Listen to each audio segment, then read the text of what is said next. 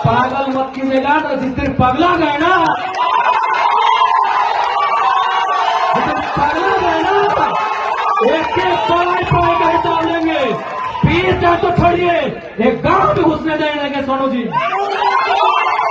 एक गांव नहीं घुसने देंगे। बहुत बड़ा सरकार का नोनो बन के बैठे हैं, एक गांव नहीं घुसने देंगे। पीर का मजाक समझ लिए क्या? केस करेंगे, चुन के केस करेंगे, अरे घंटा कर लेंगे केस से। जय हिंद, जोहार झारखंड। मैं शमशाद आलम। 10 मार्च 2024 गिरिडीह में जेबी केसेस का एक सभा होता है और वो सभा जो है कि अपने आप में बहुत ज्यादा इंपॉर्टेंट रहा और बहुत ज्यादा चर्चा का विषय भी रहा। आखिर जो है कि गिरिडीह का जो जेबी केसेस का सभा हुआ वो चर्चा का विषय क्यों रहा, चलिए चलते और सारी बात को समझते हैं। सबसे पहले तो ये है कि उस सभा में मुख्य वक्ता के रूप में जो है कि वो जयराम महतो थे और जयराम महतो की भाषण अपने आप में जो है कि एक चर्चा का विषय रहता है। जिस तरह से वो लोगों को ललकारते हैं और वहां का जो है कि वर्तमान का जो अभी विधायक है गिरिडीह सदर का, उसको ललकारते हुए क्या कहे वो तो आप लोग बेहतर तरीके से जान सकते हैं कि जयराम महतो अपनी बेबाकी के वजह से जो है कि जाने जाते हैं पूरे झारखंड में। दूसरा जो महत्वपूर्ण पॉइंट ये था कि जेबी केसेस अपना जो है कि लोकसभा का पहला कैंडिडेट का घोषणा उसी सभा से किया। श्री मनोज कुमार यादव को कोडरमा लोकसभा का उम्मीदवार घोषित किया गया उसी सभा के द्वारा, जो ऑफिशियल हम लोग कह सकते हैं। और तीसरा जो सबसे महत्वपूर्ण पॉइंट ये था कि 1857 की क्रांतिकारी शहीद शेख भिखारी अंसारी की जो है कि पोती, वो जो है कि कल जेबी केसेस। सबसे पहले मैं अपने परिचय देना चाहूंगी कि मेरा नाम इंतजाम अली हुआ और मैं भी क्रांतिकारी शहीद शेख भिखारी की पोती हूँ और झारखंड आंदोलन शेख अजीम उनकी पोती हूँ। झारखंड आंदोलन करे मेरे पिता खुद एक सीसीएल एम्प्लॉय थे, मैं उनकी बेटी हूँ क्योंकि उन्होंने 13 साल नौकरी को झारखंड आंदोलन करने के चक्कर में वो इस राज्य का इतनी मोहब्बत था कि अपनी नौकरी को त्याग दिए। मैं उस क्रांति परिवार से हूँ और आपसे रिक्वेस्ट करने के लिए आई हूँ, आपसे अनुरोध करने के लिए आई हूँ कि इस बार लोकसभा चुनाव में भारी से भारी मतों में विजय बनाए हमारे भैया को। माननीय श्री सुदीप सोनू जी, एक बात स्पष्ट कहेंगे, आप बहुत ही पूर्वाग्रह से ग्रसित व्यक्ति हैं। पहला बात, बायस नेचर के लोग तो राजनीति में होने नहीं चाहिए। राजनीति में संतों को आना चाहिए। तो सामने बैठकर अगर आप गाली दें वो स्वीकार करना जाने, ऐसे लोगों को राजनीति करनी चाहिए। आज आपने पीरटाण सुनिए सोनू जी, जब गिरिडीह सदर ने आपको धुतकार दिया था, सुनिए झारखंड मुक्ति मोर्चा के नूनू सोनू जी, जब गिरिडीह सदर में 2 बार हारे थे ना, गिरिडीह सदर में 2 बार पानी हुए थे। यही निर्भय सदाबादी जो आपके साड़ू हैं, जिनके साथ आपका व्यापार चल रहा है, 2 बार उठा के पटका था, पानी हो गए थे सोनू जी। तब पता है किसने आपको वोट देके जिताया था? पीरटाण की धरती ने, याद रखिएगा। अरे आपको गिरिडीह ने पूछा भी नहीं था, सुनिए सोनू जी, गिरिडीह ने आपको पूछा नहीं, आपको छूछा बनाया था गिरिडीह ने। आपको पीरटाण में प्यार दिया, दुलार दिया और बदले में आपने क्या दिया? एफआईआर दिया है। नक्सली बनाने की धमकी देते हैं तो कसम से याद रखिएगा, मारना तो सबको है। पागल मत कीजिएगा, तो जितने पगला गए ना, पगला गए ना, एक पढ़ाई का हिसाब लेंगे। पीर का तो छोड़िए, एक गांव में घुसने देंगे सोनू जी, एक गांव नहीं घुसने देंगे। बहुत बड़ा सरकार का नोनो बन के बैठे हैं, एक गांव नहीं घुसने देंगे। पीरटाण का मजाक समझ लिए क्या? केस करेंगे, चुन के केस करेंगे, अरे घंटा कर लेंगे केस से।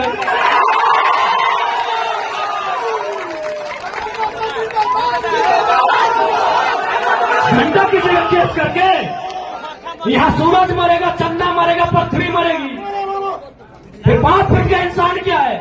आपरी अगर केस की धमकी हुई ना सोनू जी, माननीय श्री विधायक जी, कसम से केस हमारा थाना में होगा, लेकिन बाकी सुन लीजिए, आपके सर का केस नहीं रहेगा।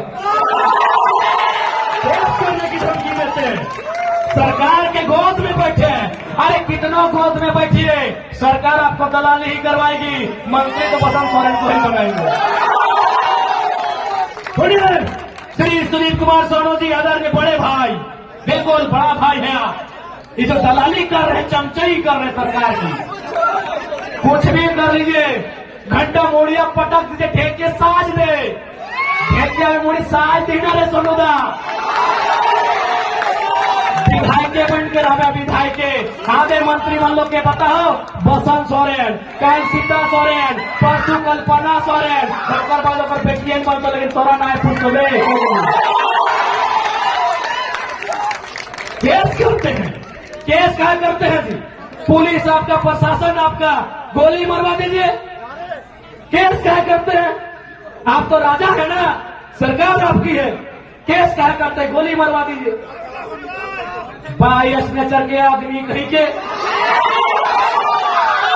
मन पापा सब कहीं के, लोकतंत्र के बात करते अखनी, बेशरम सब कहीं के। और सबसे दुर्भाग्य की बात है कि आप गठबंधन के हिस्सा लगे, और गठबंधन के सबसे बड़ा नेता पंडित नेहरू के पढ़ल लगे, और बात करते लोकतंत्र के। अरे ना पढ़वे, आओ क्लास देवो, आओ क्लास देवो। लोकतंत्र की बात करते, सवाल काहे में करते हो?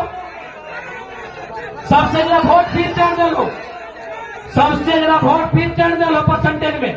सवाल का तो पेट में दर्द फैल गेलो, तखन की लगे लगा घोर घोर भोटवा मांगे, तब भोटवा लिए मजा लगलो। अभी सवाल करो तो सजा लगलो, भोटवा लिए मजा लगलो, तखन गिरी लोग के लात मारलो, फिर दौड़ के गलो फिर टाण तीगला बोका लोग बोने रहे वाला दे भोटवा, भोटवा दी मजा लग गए।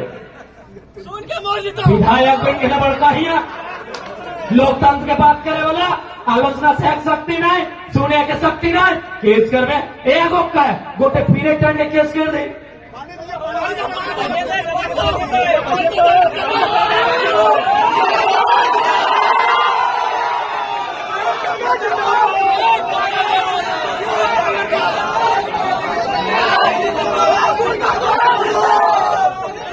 इसलिए सीधा संदेश देंगे विधायक जी,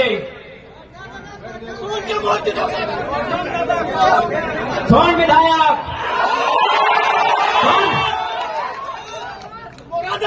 कड़वा में कड़वा नहीं, हैंड्रिक तेल लगाएंगे सुन।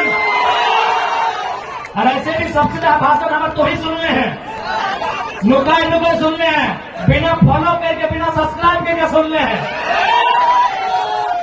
हाँ, बिना सब्सक्राइब बिना फॉलो करके सुनल हमारा रिपोर्ट है रोज। आज तो एकदम पहले हुआ मुख्यमंत्री के हुआ सही कहते थोड़े की गले देखाओ, आज तो कसम से अगर हालत खराब।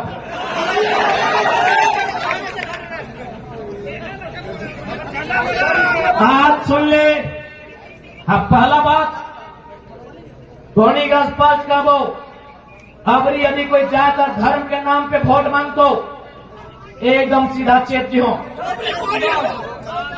यहाँ जितना भी जान बैठल है, सब कोई कोनो न कोनो धर्म के माना है, कोई सनातन के माना है, तो कोई इस्लाम के माना है, कोई सरना के माना है, कोई सिख के माना है, कोई ईसाइयत के माना है। आज हर एक धर्म में दान दिए के बात कहल गेल है। यदि इस्लाम के बात करबे तो जकात के व्यवस्था है। जकात के मतलब अपन संपत्ति के, अपन कमाई के 2.5% गरीब में, पड़ोसी में, गरीब गुरबा में दान देना। सिख धर्म के बात करबे तो ओकरो में 5% गुरुद्वारा के दान देना, ताकि वहाँ फ्री में लंगर मिलता है। डॉक्टर अंबेडकर के विचार के मानने वाला के बात करवाई तो डॉक्टर अंबेडकर भी बोला 10% अपन कमाई के दान देना, ताकि शोषित वंचित के अंबेडकर बने के मौका मिलता है। और अगर सनातन के बात करवाई तो सनातन के वो संत है, उनका नाम था स्वामी विवेकानंद। उन्होंने एक लाइन कहा था कि यदि आप भगवान को 56 प्रकार का भोग चढ़ा रहे हैं और पड़ोस का बच्चा यदि भूख से रो रहा है, तो आप पुण्य के नहीं पाप के भागी हैं, ये सवाल कीजिएगा। आज बहुत सारे लोग राम जी की आस्था के नाम पे वोट मांगने आएंगे। सवाल कीजिएगा कि राम जी पापियों को नहीं माफ करते हैं। एक स्वास्थ्य मंत्री सदन में राम जी का नाम लेकर अपनी बात को रख रहे थे। राम जी का नाम लेना चाहिए, बहुत अच्छी बात है, लेकिन एक बात बताइए, उसी स्वास्थ्य मंत्री ने अपने टाइम में जब मंत्री थे 100 करोड़ का घोटाला किया था। और अगर 100 करोड़ का घोटाला किया था, दैट मीन्स अगर 100 लोग का आदमी अगर इलाज के अभाव में मरा होगा तो दोषी वो स्वास्थ्य मंत्री होगा। क्या राम जैसे पापियों को माफ कर देंगे? आप ही बताइए। इसलिए धर्म की अगर कोई बात करता है उसका संत होना चाहिए, उसका पीर फकीर होना चाहिए। कि राजनेता अगर धर्म की बात करते हैं तो सवाल होना चाहिए धर्म का मतलब क्या होता है।